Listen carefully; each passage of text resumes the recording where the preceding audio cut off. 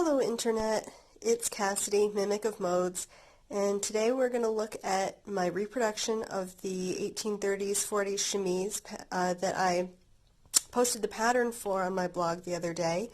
I'm a little sick, so you don't get to see me at all, you're just going to look at the chemise.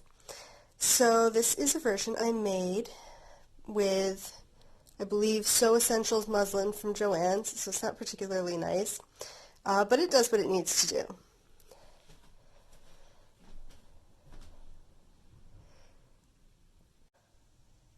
So this looks a lot like the original, except as the original was linen, it was a little less bright white and not quite so fluffy.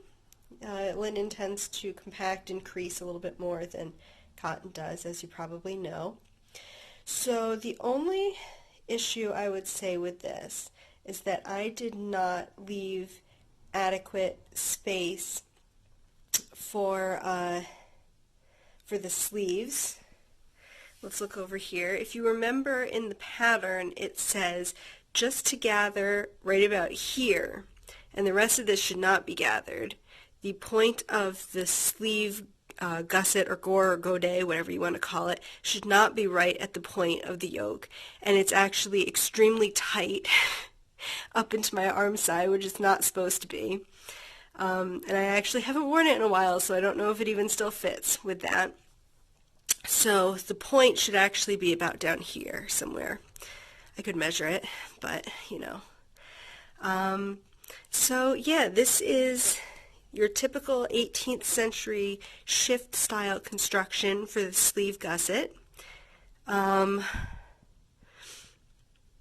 got that pointed yoke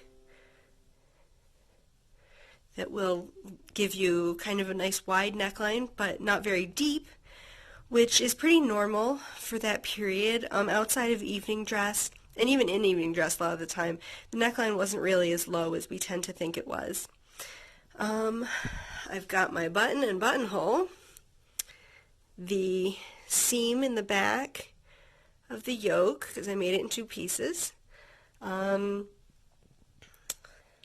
I don't really know what else to show you. We've got the pleat at the top of the sleeve to help bring it in, make it a little bit more of a puff or a straight line than, you know, something that flares out. Let's look at the inside of the gusset. So you can see the seams are felled to protect it in the laundry.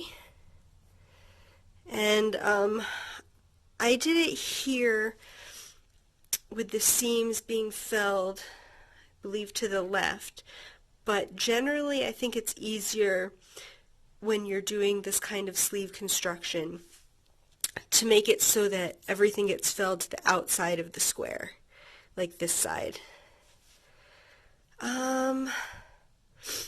I guess maybe I'll show you my nice little hem because it is very nice. Got the front slit, and that's got a little bit of satin stitch to protect it down at the point. And then my nice little hem. I like to show off my hems with little tiny stitches because they're fun. So yeah, thank you for watching, and I hope this is helpful if you try to use this pattern, which you can find on my blog at mimicofmodes.com. Thanks. Bye.